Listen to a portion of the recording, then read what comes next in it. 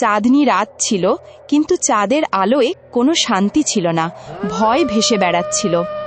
চারিদিকে বরফের সাদা চাদর ছড়িয়েছিল, আকাশ থেকে হালকা হালকা বরফ পড়ছিল, আর তীব্র ঠান্ডা বাতাস শরীরে ছুরির মতো আঘাত করছিল। ওই বরফের নীরবতার মাঝে একজন মহিলা কাঁপা কাঁপা পায়ে এগিয়ে যাচ্ছিল। ওর কোলে একটি ছোট শিশু ছিল, যে ঠান্ডায় কাঁপছিল আর অনেক কাঁদছিল। ওর নিষ্পাপ কণ্ঠে যেন কান্না করে করে সাহায্য চাচ্ছে। আমার বাচ্চা, চুপ কর, আর কিছুটা সময়, একটু শান্ত হ, মা রয়েছে তো, তোকে সামলে নেবে। শিশুটি আরো জোরে জোরে কাঁদে, যেন মায়ের কথায় সাড়া দিচ্ছে। আর এখন ওর আর কোনো সাহায্য পাওয়ার আশা নেই, কারণ ও কান্না করে অনেক সাহায্য চেয়েছে। এক মা তো তার সন্তানের প্রতিটি কান্না আলাদাভাবে বুঝতে পারে। নন্দিনীও যেন সবকিছু বুঝতে পারছিল। আমি জানি বাবা, আমরা অনেকক্ষণ ধরে এখানে এই বরফের মধ্যে দিয়ে হাঁটছি, কোনো আশ্রয় পাইনি, কিন্তু আমি নিশ্চিত কোনো না কোনো উপায় তো অবশ্যই বের হবে। নন্দিনী ওর ছেঁড়া বরফে ভেজা কাপড় দিয়ে শিশুটিকে ঢেকে নিল, কিন্তু ওই কাপড় এখন আর ঠান্ডা আটকাতে পারছিল না। ওর মাথা থেকে রক্ত ঝরছিল, চুল বরফ আর রক্তে ভিজে গিয়েছিল। মুখে ব্যথা, ভয় আর অসহায়ত্ব একসাথে জমে উঠেছিল। প্রতিটি পদক্ষেপের সাথে ওর পা বরফে ডেবে যাচ্ছিল, আর প্রতিটি পদক্ষেপের সাথে ওর নিঃশ্বাস ছোট হয়ে আসছিল। রাতটা খুবই লম্বা ছিল, অপরিচিত এবং বিপজ্জনক এলাকা।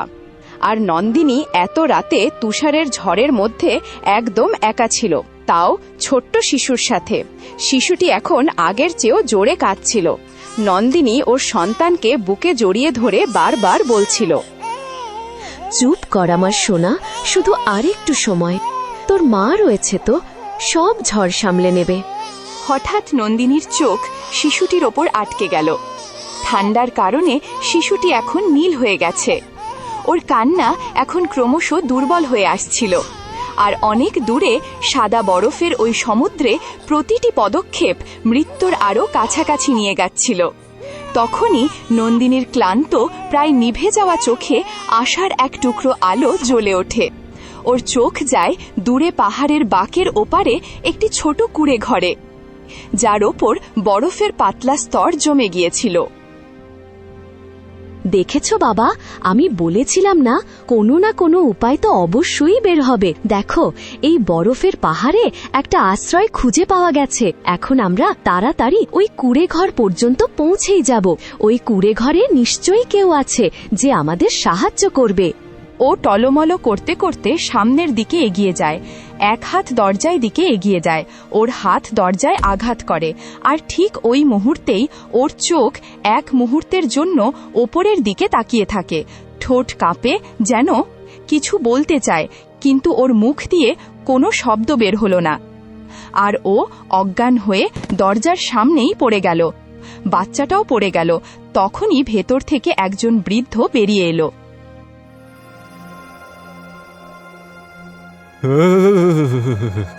আরে আরে, কে কে এখানে এত ঠান্ডায় কি করছে?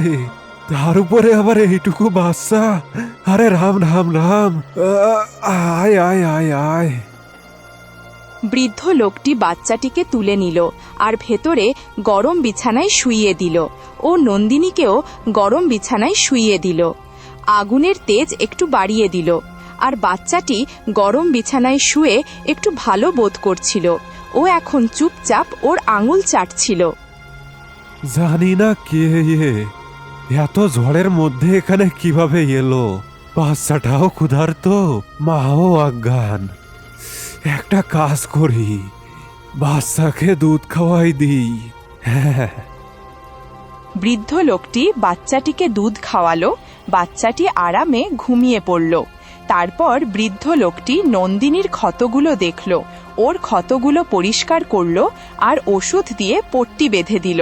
ক্ষতস্থানে ওষুধ লাগার কারণে নন্দিনী স্বস্তি বোধ করল, আর ও চোখ খুলল। আমি আমি কোথায়? আমার সন্তান কোথায়? শান্ত হও মা, দেখো, আতঙ্কিত হওয়ার কোনো কারণ নেই। তোমার বাচ্চা দুধ খেয়ে ঘুমিয়ে পড়েছে, গরম বিছানায় রয়েছে। তুমি শুধু নিজের খেয়াল রাখো, এখানে কোনো সমস্যা হবে না। আরাম করো আর তোমার ক্ষতগুলো ঠিক হওয়ার সময় দাও, ঠিক আছে মা? নন্দিনীর চোখ থেকে জল গড়িয়ে পড়তে লাগলো, যেন ওর মনের মধ্যে অনেক কিছু বয়ে নিয়ে বেড়াচ্ছে, কিন্তু বলতে পারছে না। ও গরম বিছানায় আরামে ঘুমিয়ে থাকা ওর সন্তানের দিকে একবার তাকালো। ধন্যবাদ কাকা, তুমি আমাদেরকে আশ্রয় দিয়েছ। আরে ব্যাস ব্যাস ব্যাস ব্যাস ব্যাস, মা আগে তুমি সুস্থ হয়ে যাও, তারপর যত খুশি ধন্যবাদ বলো। ঠিক আছে, আরাম করো আরাম করো। নন্দিনীর চোখে ক্লান্তি বোঝা গেল, কিছুটা ওষুধের প্রভাবে, কিছুটা ক্লান্তি আর ক্ষুধা। এইসবের কারণে এখন নন্দিনী দুর্বল হয়ে পড়েছিল। বৃদ্ধ লোকটি নন্দিনীকে কিছু খাবার দিল। নন্দিনী খাবারটা খেলো। খাওয়ার সময় ওর চোখ দিয়ে জল গড়িয়ে পড়ছিল। হ্যাঁ, মেয়েটার মনে অনেক কিছু আছে, কিন্তু এখন কিছু জিজ্ঞাসা করার ঠিক সময় না। সকালে কথা বলবো। হ্যাঁ। খাওয়ার পর নন্দিনী ঘুমিয়ে পড়ল। আর পরের দিন সকাল হলো। নন্দিনীর ক্ষত এখন অনেক ভালো ছিল। বাচ্চাটিও ভালোভাবে খেলছিল। হ্যাঁ, তাহলে মা এখন সবকিছু ভালো লাগছে তো? হ্যাঁ, আচ্ছা এটা বলো, হ্যাঁ, তুমি এখানে আসলে কিভাবে আর কেন? কাকা, আমি আর আমার স্বামী এই সুন্দর বরফের পাহাড় দেখতে বেরিয়েছিলাম। এই বরফের পাহাড়ে আনন্দ করছিলাম, তখনই কিছু লোক আমাদের উপর আক্রমণ করে দেয়। আমার স্বামীকে নির্মমভাবে হত্যা করে। ওরা আমার সন্তানকেও কেড়ে নিয়ে যাচ্ছিল আর আমাকেও ওদের সাথে নিয়ে যাচ্ছিল। কোনো রকমে আমি আমার আর আমার সন্তানের জীবন বাঁচিয়ে পালিয়ে এসেছি। ভেবেছিলাম জীবনের কিছু সুন্দর মুহূর্ত স্বামীর সাথে কাটাবো, কিন্তু তার হলো না। এই মুহূর্তগুলো আমার জীবনের সবচেয়ে ভয়ঙ্কর মুহূর্তগুলোতে পরিণত হয়েছে। আরে রাম রাম রাম রাম রাম, এ তো খুবই খারাপ হয়েছে মা তোমার সাথে। হে ভগবান, কারো সাথে এরকম হওয়া ঠিক না।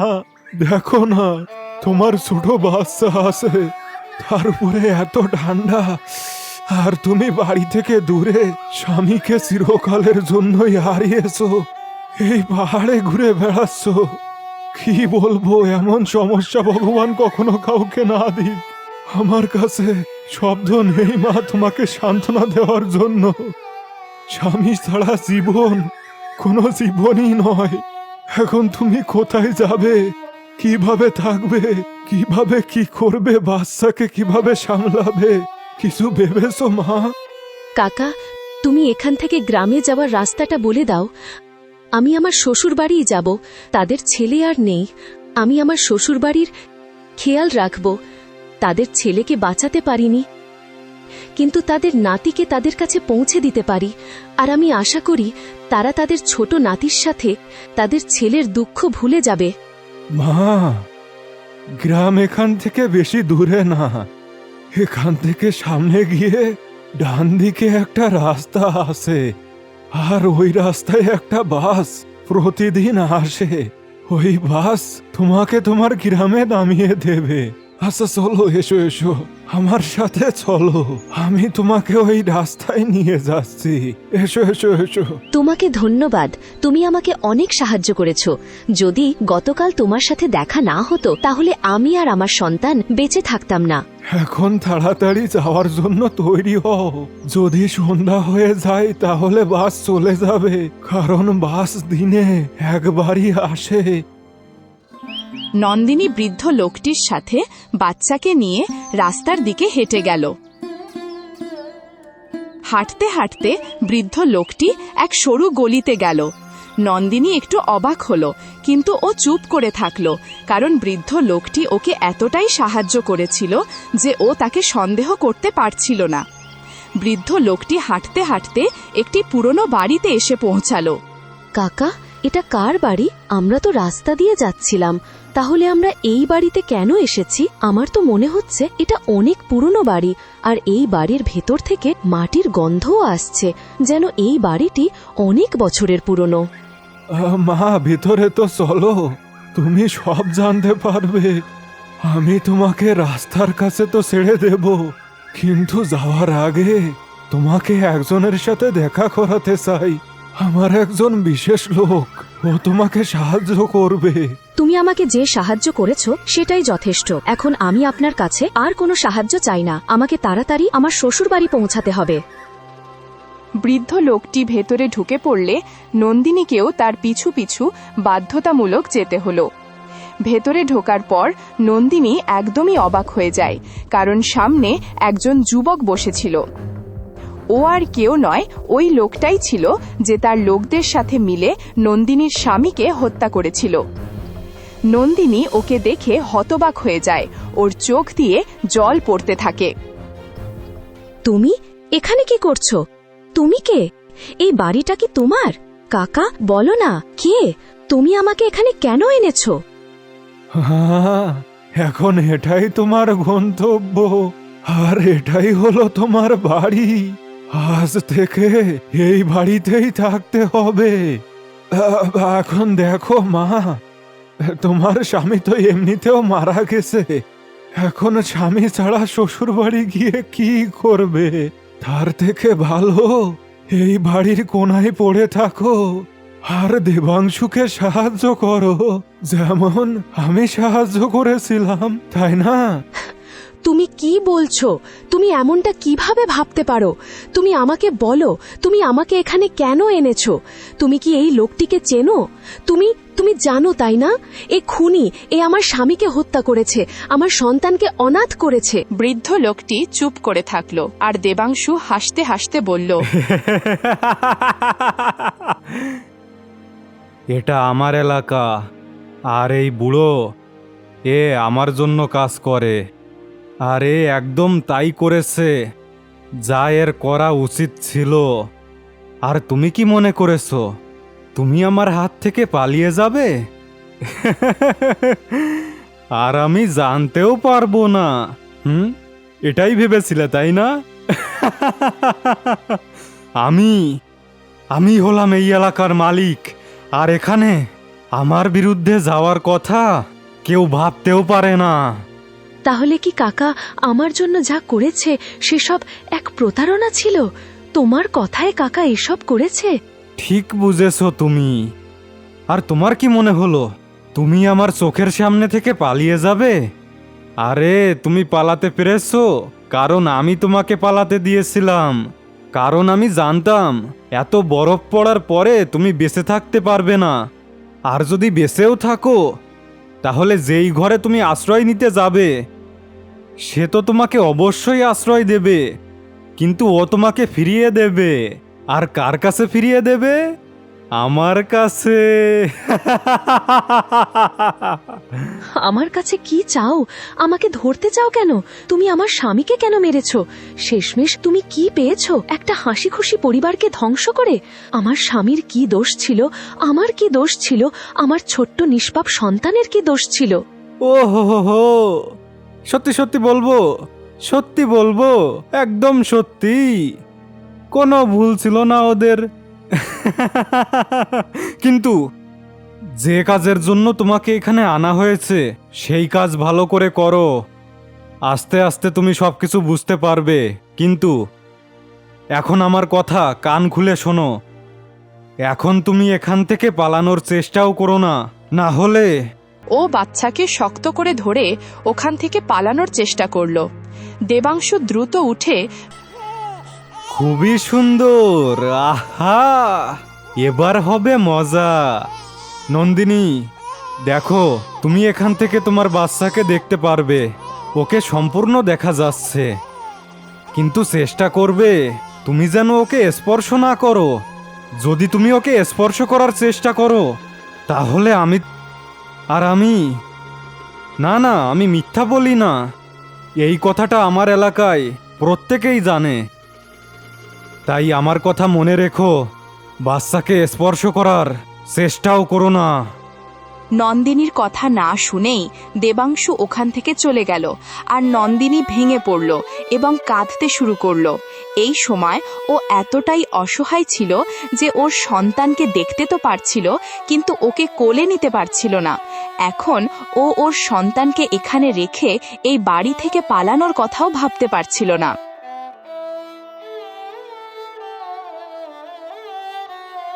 নন্দিনী ওর বাচ্চার কাছে দাঁড়িয়ে ওর বাচ্চাকে সান্ত্বনা দিয়ে বলল, আমার বাচ্চা, চিন্তা করো না, তোর মা তোর সাথেই আছে। আর আমি শপথ করছি, আমার মৃত স্বামীর নামে আমার সন্তানকে এই কফিন থেকে মুক্ত না করা পর্যন্ত আমি একটুও বিশ্রাম নেব না। এইভাবেই 2 দিন কেটে গেল। না দেবাংশু নন্দিনীকে দিয়ে কোনো কাজ করালো, নাই বা ওর সামনে আসলো। নন্দিনী সারাদিন ওর বাচ্চার কাছেই থাকত। একদিনও ঘুম থেকে উঠে খুব মনোযোগ সহকারে ঘরটি দেখতে লাগলো। যদি কোনো ব্যক্তিকে পরাজিত করতে হয় তাহলে আমাদের সেই ব্যক্তির দুর্বলতা সম্পর্কে জানা উচিত। আমি নিশ্চিত এই ব্যক্তির দুর্বলতা এই বাড়ির মধ্যেই অবশ্যই রয়েছে। ও সকাল থেকে সন্ধ্যা পর্যন্ত ওই বাড়ির সব জায়গায় ঘুরতে থাকলো, কিন্তু ওই বাড়িতে ও অদ্ভুত কোনো কিছুই খুঁজে পেল না। ও ক্লান্ত হয়ে ওর সন্তানের কাছে ফিরে যেতে যাচ্ছিল। এমন সময় ও একটি পুরানো কাঠের দরজা দেখতে পেল। এই দরজাটা তো একদমই আলাদা, আর এই কাঠের দরজাটা তো এই বাড়ির বলে মনে হচ্ছে না। দরজাটা দেখতে আসলেই অদ্ভুত। এই ঘরে নিশ্চয়ই কোনো রহস্য লুকিয়ে আছে। আমার ভেতরে গিয়ে দেখা উচিত। নন্দিনী দরজা খুলে ওই ঘরের ভেতরে ঢুকে গেল। ভেতরে ঢুকে ও হতবাক হয়ে গেল। ওই ঘরের ভেতরেই 2টি বড় বড় কাচের কফিন রাখা দেখতে পেল। সেখানে 2টি সুন্দরী মেয়ে বন্দী ছিল। নন্দিনী তাদের কাছে গিয়ে বলল, তোমরা কারা, আর এই কফিনের ভেতরে কি করছো? তোমাদের চোখ খোলা রয়েছে, এটা প্রমাণ করছে তোমরা দুজন জীবিত রয়েছো। মেয়ে দুটো একে অপরের দিকে তাকালো আর হালকা কণ্ঠস্বরে বলল, তুমি কে, আর এখানে কেন এসেছো? তুমি কি জানো না এই জায়গাটা কতটা বিপজ্জনক? ওই দেবাংশু তোমাকেও আমাদের মতো এই কফিনে আটকে রাখবে। ও তোমাকে দেখার আগেই তুমি এখান থেকে পালিয়ে যাও। আমি এখান থেকে পালাতে পারবো না, কারণ ওই দেবাংশু আমার সন্তানকেও তোমাদের মতোই কফিনের ভেতরে বন্দি করে রেখেছে। তোমরা আমাকে এই দেবাংশুর সম্পর্কে কিছু বলো, যাতে আমি ওর সাথে লড়াই করতে পারি আর তোমাদের দুজনকে আর আমার সন্তানকে এখান থেকে বাঁচাতে পারি। কিন্তু যারা আমাদের মা বাবা আর যারা আমাদের আপনজন, তাদের রক্ষা করার জন্য আমাদের মুখ বন্ধ রাখতেই হবে। এই জন্য আমরা তোমাকে কিছুই বলতে পারবো না। এখন তুমি এখান থেকে যাও। শান্তি, প্রথমবারের মতো কেউ এখানে এসেছে। এটাই আমাদের প্রথম এবং শেষ সুযোগ। আমরা এটা হাতছাড়া করতে পারি না। কোনো কিছু না বলে অত্যাচার সহ্য করা আসলে আত্মহত্যার সমান। শান্তি চুপ হয়ে গেল আর ও সম্মতিসূচক মাথা নাড়ল। এই দেবাংশু কি করে আমরা আজ পর্যন্ত জানতে পারিনি, কিন্তু এতটা জানি ওর একজন স্ত্রী আছে, আর প্রতিদিন ওর স্ত্রীকে সাথে নিয়ে এখানে আসে। ওর স্ত্রী প্রায়শই কান্না করতে থাকে। না জানি ওর জীবনে কিসের অভাব আছে যে জন্য কান্না করতে থাকে। আর দেবাংশু সবসময় ওকে কিছু তো বলে, কি বলে জানি না, কারণ ওরা যখন কথা বলে তখন আমাদের থেকে অনেক দূরে দাঁড়িয়ে থাকে। তুমি এক কাজ করো, এই দরজার আড়ালে লুকিয়ে থাকো, আর আজকে যখন দেবাংশু আসবে তখন ওদের কথা শুনে নিও। হ্যাঁ, এতে আমরা জানতে পারবো ওরা আমাদের কাছে কি চায়। ঠিক আছে, আমি এখানেই লুকিয়ে থাকছি। নন্দিনী এক কোণে লুকিয়ে থাকে। রাত নামতেই দেবাংশু একজন শ্যামলা মহিলাকে সাথে নিয়ে ওখানে আসে আর শান্তি এবং নিশাকে দেখিয়ে বলে, কামিনী, দেখো এই মেয়েদের আর খুশি হয়ে যাও। তুমি কি তাহলে সত্যিই আমার কথা মেনে নিয়েছো? তোমার প্রতিটি কথা আমার কাছে আদেশের মতো হয়। তুমি যা বলবে আমি তাই করব। তুমি আমাকে এত ভালোবাসো কেন? আমি একজন সাধারণ নারী। আমার কোনো সৌন্দর্য নেই, কোনো শক্তি নেই, কোনো জ্ঞান নেই, কোনো সম্পদ নেই। তাহলে তুমি আমাকে এত ভালোবাসো কেন? আহা, এই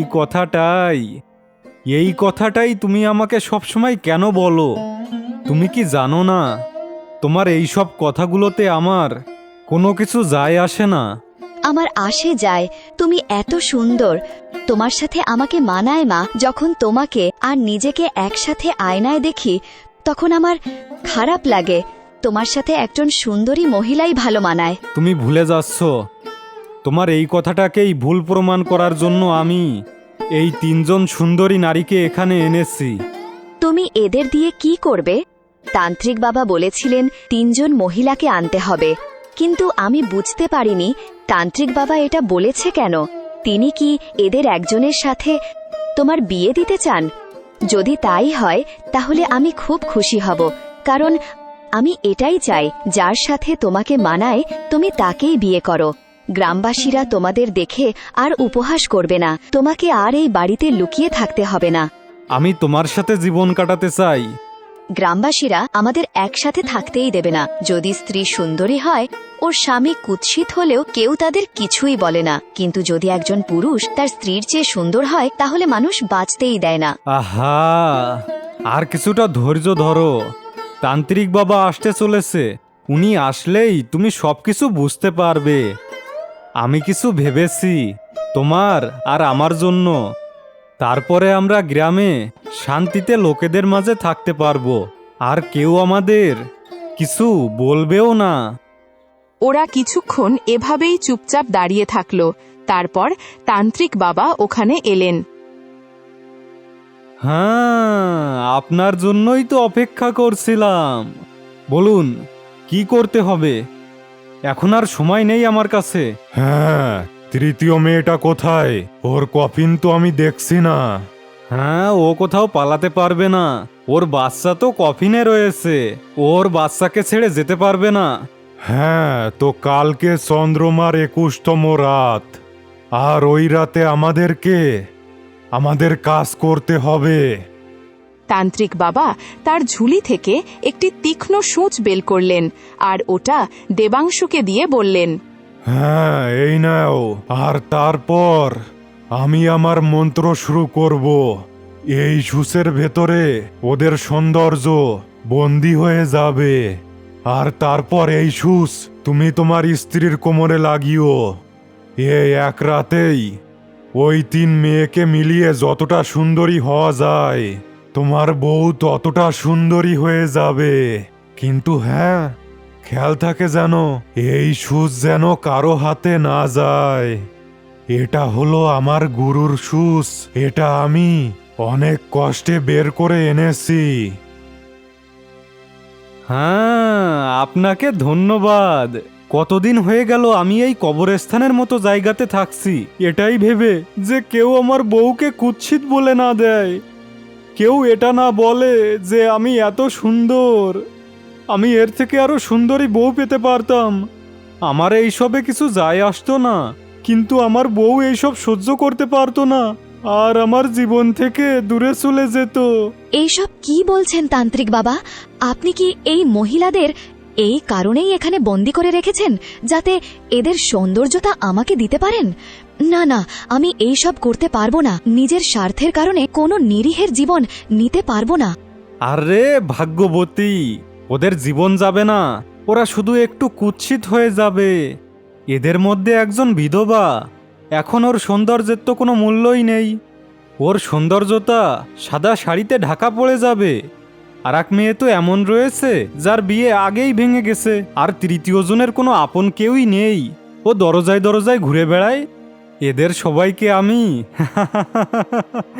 এর বদলে অনেক টাকা পয়সা দেব, যাতে ওরা আরামে ওদের জীবন কাটাতে পারে। সৌন্দর্যতাও তখনই ভালো লাগে যখন কারো কাজে আসে, আর এদের সবার জন্য সৌন্দর্যতার থেকে বেশি দরকার টাকা।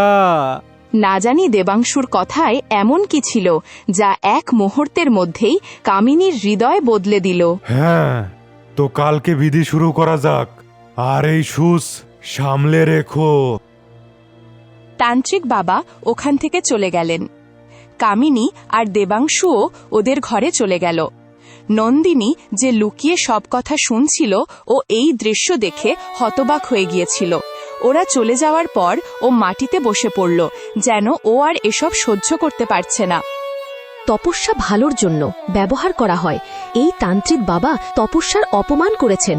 এই দেবাংশু তার স্ত্রীকে এতটাই ভালোবাসে যে তার স্ত্রীকে খুশি করার জন্য এ আমার স্বামীকে হত্যা করেছে। আরে এটা কেমন মানবতা যে এক নারীর জন্য অন্য নারীর জীবন নষ্ট করেছে। এ মানুষের রূপে একজন শয়তান। ও ওখান থেকে উঠে শান্তি আর নিশার কাছে গিয়ে সবকিছু ওদের বিস্তারিতভাবে বলল। এই লোকটা কত মিথ্যাবাদী। আমার বিয়ের সময় এ আমাকে তুলে এনেছিল। আমার তো বিয়ে ভাঙেনি, এ মিথ্যা কাহিনী বানাচ্ছে। হ্যাঁ, আর আমিও কোনো অনাথ নই। আমি কেন যেখানে সেখানে ঘুরে বেড়াবো? আর আমি 5 ভাইয়ের একমাত্র এবং প্রিয় বোন। নন্দিনী কিছুক্ষণ ভাবল, তারপর বলল, আমাকে আজ রাতে যে কোনোভাবেই তোমাদের দুজনকেই এই কফিন থেকে বের করতে হবে। তারপর আমরা সবাই একসাথে বাইরে যাব। কারণ এতদিন আমি ভাবতাম যে এই দেবাংশুর কাছে কোনো জাদু আছে, সেজন্য এ আমার বাচ্চাকে কফিনে বন্দি করে রেখেছে। এখন জানতে পারলাম এও আমাদের মতোই সাধারণ মানুষ, আর আমাদের কোনো ক্ষতি করতে পারবে না। আমরা কফিন ভেঙে ফেলব। এগুলো কাচের তৈরি।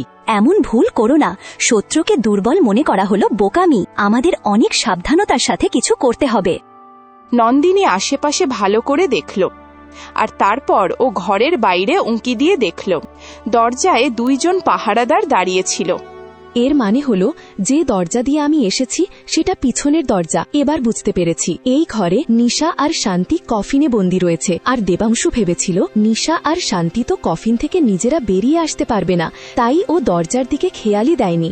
ও এটাই ভাবতে থাকলো যে ও আমার সন্তানকে বন্দী পড়েছে, আমি কাটতে থাকব আর এক কোণে পড়ে থাকব, ওর গোপন দরজা দেখতে পাবো না। কিন্তু ও ভুলে গেছে আমি একজন মা। যতই বুদ্ধিমান লোক হোক না কেন, কোনো না কোনো ভুল অবশ্যই করে। দেবাংশুও এই ভুল করেছে। ও জানালা দিয়ে চাঁদ দেখতে পেল, যা ভোরের আগমনের সংকেত দিচ্ছে। পাহারাদাররাও এখন ঘুমিয়ে পড়ছিল। ও শান্তি আর নিশার কফিনের দরজা খুলে দিল। এই কফিন থেকে আমাদের মুক্ত করার জন্য তোমাকে ধন্যবাদ। আমরা এতদিন এর ভেতরে বন্দী ছিলাম আর বেরোতে পারতাম না, কারণ এর দরজা শুধু বাইরে থেকেই খোলা যায়। যদি ভিতর থেকে খোলার চেষ্টা করতাম তাহলে কাঁচ আমাদের উপরেই ভেঙে পড়ত আর আমরা মারা যেতে পারতাম। এজন্যই কখনো খোলার চেষ্টাই করিনি। এখন তাড়াতাড়ি চলো, কেউ আমাদের দেখার আগেই এখান থেকে চলে যাই। এখন আমার বাচ্চাকেও মুক্ত করতে হবে। ওরা 3 জন বাচ্চার কফিনের কাছে গেল আর বাচ্চাকে বের করে নন্দিনী ওর বুকে জড়িয়ে ধরল। ওর চোখ থেকে অশ্রু ঝরতে লাগলো। আমার বাচ্চা, 2 দিন পর তোকে বুকে জড়িয়ে ধরেছি। আমাকে ক্ষমা করে দে সোনা। আমি বাধ্য হয়েছিলাম, ভেবেছিলাম আবেগপ্রবণ হয়ে যেন কোনো ভুল না করি, আমার সন্তানের যেন কোনো ক্ষতি না হয়। চলো না দিদি, কেউ জেগে ওঠার আগেই। একটা গুরুত্বপূর্ণ কাজ বাকি আছে। আমাকে ওই সূচটা চুরি করে ওটা নষ্ট করতে হবে। দিদি, তুমি কেন মৃত্যুকে ডেকে আনছো? সহজেই জীবন বেঁচে গেলে সিংহের মুখে হাত দিবে কেন? আমাদের জীবন রক্ষা পেয়েছে। আমরা পালানোর পর এই দেবাংশু অন্য কোনো মেয়েদের এখানে নিয়ে আসবে আর ওদের বন্দী বানাবে, ওদের স্বামীদের হত্যা করবে। তার আগে আমাকে ওই সূচটা নষ্ট করতে হবে, যাতে আর কখনো এর মনে এই চিন্তাই না আসে, যাতে ওর শ্যামলা স্ত্রীকে সুন্দরী বানানোর স্বপ্ন দেখতে না পারে। নন্দিনী ওর সন্তানকে ভালোভাবে কোলে নিল আর দেবাংশুর ঘরে প্রবেশ করল। দেবাংশু আর ওর স্ত্রী আরামে ঘুমাচ্ছিল। ওই সূচটা অবশ্যই কাছাকাছি কোথাও আছে। ও নিঃশব্দে সারা ঘরে সূচটি খুঁজতে শুরু করলো। কিছুক্ষণের মধ্যেই ও দেখতে পেল সূচটি একটি কাচের পাত্রে রাখা আছে। এই সময় সূচটি অনেক জলজল করছিল। নন্দিনী ওটা তুলে নিল আর তাড়াতাড়ি ঘর থেকে বেরিয়ে যেতে লাগলো। ও ঘর থেকে বের হয়ে যাবে সেই মুহূর্তেই ওর বাচ্চার ঘুম ভেঙে গেল। বাচ্চাটি জোরে জোরে কাঁদতে লাগলো। ওর কান্নার শব্দ শুনে দেবাংশুর আর ওর স্ত্রীর ঘুম ভেঙে গেল। কে রে? কে এখানে? কে? এখন আর বাঁচতে পারবো না, আমাকে পালাতে হবে। আমি বাঁচি বা না বাঁচি, বাচ্চার জীবন বাঁচিয়ে নেব। ও দ্রুত পালাতে শুরু করলো। দেবাংশু ওর পিছনে দৌড়ালো। দাঁড়া বিধবা, তোর এত সাহস যে আমার ঘরে চলে এসেছিস? আমি তোকে ছাড়বো না। তোর সাহস কিভাবে হলো বাচ্চাকে কফিন থেকে বের করার, তাও আমার অনুমতি ছাড়া? সব পাহারাদাররাও চলে এলো। এখন ওরা নন্দিনী, শান্তি আর নিশাকে চারদিক থেকে ঘিরে ফেলেছিল। খুবই সুন্দর, তোর সাথীদেরও মুক্ত করে দিয়েছিস। কোনো বিষয় না, শুধু আর কিছু সময়ের অপেক্ষা। নন্দিনী দেবাংশুকে সূচ দেখিয়ে বলল, সৌন্দর্যের সূচ তো আমার কাছে রয়েছে। তুমি কিভাবে তোমার শ্যামলা স্ত্রীকে সুন্দরী বানাবে? ওই তান্ত্রিক বাবা বলছিল, যার হাতে সূচ থাকবে সে এই সূচের মালিক হবে। হ্যাঁ, এ তোর কাছে কিভাবে এসেছে? তুমি তাহলে চোর? তুমি এটা আমার ঘর থেকে চুরি করেছো? এখন আমি বুঝতে পারছি যে আমার ঘরে কেন এসেছিলে। তুমি লোকেদের জীবন নষ্ট করে দেবে, আর আমি চুরিও করতে পারবো না। দেবাংশু বাবু, তোমার এলাকায় এটা খুবই ভালো বিচার। আমি চিৎকার করে বলছি, তোমার স্ত্রী তোমার সাথে ভালো দেখায় না। নন্দিনী এইটুকু বলতেই কামিনী দেবাংশু এটা দেখে প্রচণ্ডভাবে ছটকট করতে লাগলো আর কামিনীর কাছে বসে পড়ল। নন্দিনী খুব ভালো করেই জানতো যে ওর কথা ছুরির মতো কাজ করবে, তাই ও কামিনীর সামনে এই কথাগুলো বলেছিল। চলো বোনেরা, বাড়ি ফেরার সময় এসে গেছে। এখন দেবাংশুর পৃথিবীও ধ্বংস হয়ে গেছে। ওরা তিনজন নিজের নিজের বাড়ি ফিরে গেল। এখন ওদের থামানোর কেউ ছিল না, কারণ সবাই দেবাংশুকে সামলাতে ব্যস্ত হয়ে পড়েছিল। অন্যায় ও কালো জাদুর পথ সাময়িক শক্তিশালী হলেও শেষ পর্যন্ত তা ধ্বংস ও পরাজয় ডেকে আনে।